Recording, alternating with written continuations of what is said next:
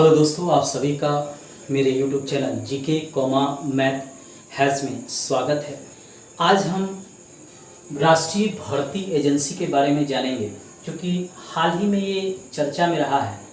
और क्यों चर्चा में रहा है, इससे लाभ क्या होगा, इससे हानि क्या होगा आने वाले समय में, इसके बारे में हम विस्तृत रूप से जानेंगे। राष्ट्रीय भर्ती agency NRA national recruitment agency इसका पूरा नाम है।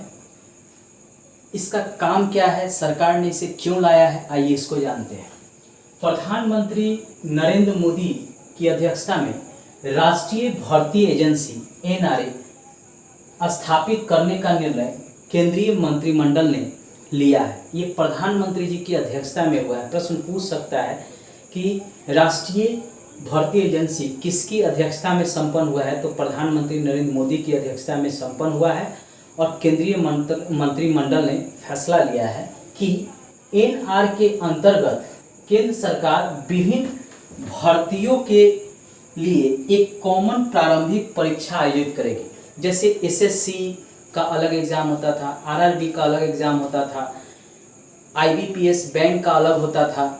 तो इन सभी जो एग्ज़ाम जो अलग अलग होते थे, इसके लिए सरकार ने ये फैसला लिया है कि एक ही एग्ज़ाम होगा इनके लिए, और उसके आधार पर ही वो अन्य एग्ज़ाम में शामिल हो सकते हैं। यहाँ यह सरकार ने नहीं कहा है कि केवल आप राष्ट्रीय भर्ती एजेंसी ने केवल ये नहीं कहा है कि आप जो है CET कॉमन एलिजिबिलिटी टेस्ट को अगर आप पास कर लेते हैं तो आपको नौकरी दे दी जाएगी, ऐसा सरकार ने नहीं कहा है। सरकार ने कहा है कि इसके बाद आपको टायर 1 और टायर 2 का भी एग्ज़ाम देना होगा, यानी ग्रुप B और ग्रुप C का भी एग्ज़ाम आपको देना होगा। लेकिन उसके पहले आपको CET पास करना होगा और उसके स्कोर के आधार पे ही आप एग्ज़ाम में बैठेंगे। यह भी एक क्राइटेरिया सरकार ने निर्धारित कर दिया है।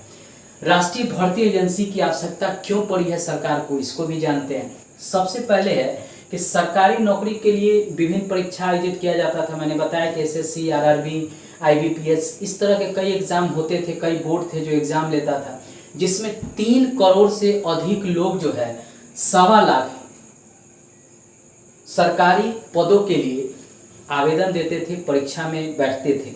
और उसमें जो है स्टूडेंट जो है कई समस्याओं से गुजरता था।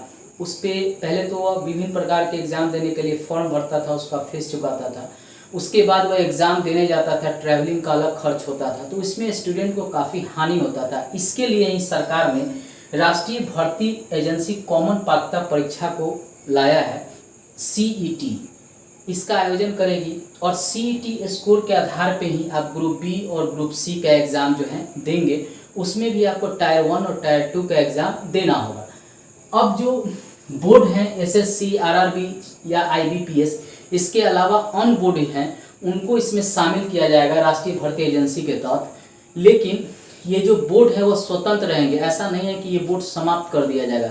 इनकी जो है प्राथमिकता बनी रहेगी और इसके तहत स्नातक पास, 12वीं पास और 10वीं पास परीक्षार्थी जो है परीक्षा में बैठेंगे। लेकिन उसके पहले CET इनको पास करना होगा और CET के लिए जो पाठ्यक्रम निर्धारित किया गया है वह समान होगा। पहले जो था SSC के लिए अलग पाठ्यक्रम था, RRB के लिए अलग पाठ्यक्रम था, IBPS के लिए, बैंक के लिए अलग था, और कई बोर्ड जो एग्ज़ाम लेते थे उनके लिए अलग पाठ्यक्रम था। अब एक ही पाठ्यक्रम होगा और पहले आपको CET की परीक्षा पास करनी होगी। लाभ इससे क्या है, प्रत्येक जिला में एक परीक्षा केंद्र होगा। आपके जिला में एक परीक्षा केंद्र बनाया जाएगा और वहीं पर आप एग्ज़ाम देंगे। पहले होता था कि इस राज्य का बच्चा जो है, परीक्षार्थी जो है दूसरे राज्य में एग्ज़ाम देने जाता था तो उसको ट्रैवलिंग का खर्च होता था, होटल का खर्च होता था, ये सब उसको असुविधा होती थी। इन सब से बचने के लिए उसके ज़िला में ही एक परीक्षा केंद्र बनाया जाएगा, आप वहीं पे एग्ज़ाम देंगे। अलग अलग परीक्षा देने पर गरीब विद्यार्थियों पर वित्तीय जो है खर्च बढ़ता था, वित्तीय बोझ, यानी उसको पहले फॉर्म भरने में अलग अलग एग्ज़ाम के लिए पैसा चुकाना पड़ता था, उसके बाद उसको यात्रा करना पड़ता था, होटल का किराया देना पड़ता था। इससे जो है उस पर वित्तीय बोझ बढ़ता था। इसको कम किया जाए, इसके लिए सरकार ने ये फैसला लिया है। लेकिन इससे हानि भी है। हानि क्या है कि CET जो स्कोर आपने लाया है वह 3 साल के लिए वैलिड होगा। 3 साल के बाद आपको फिर CET देना होगा। दूसरा है कि आयु सीमा निर्धारित किया गया है।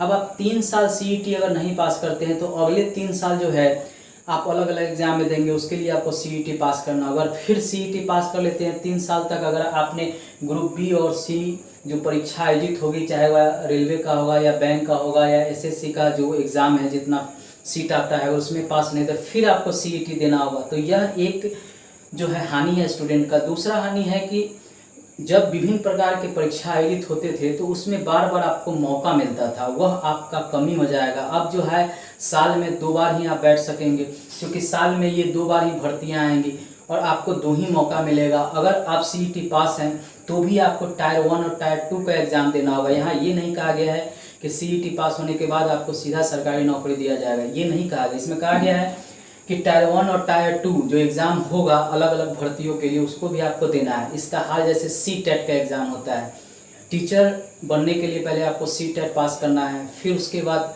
जो है अलग अलग भर्तियाँ शिक्षक के लिए आता है, उसको आप एग्ज़ाम दीजिए, फिर इंटरव्यू दीजिए, पास कीजिए। एक लंबा चरण हो जाता है।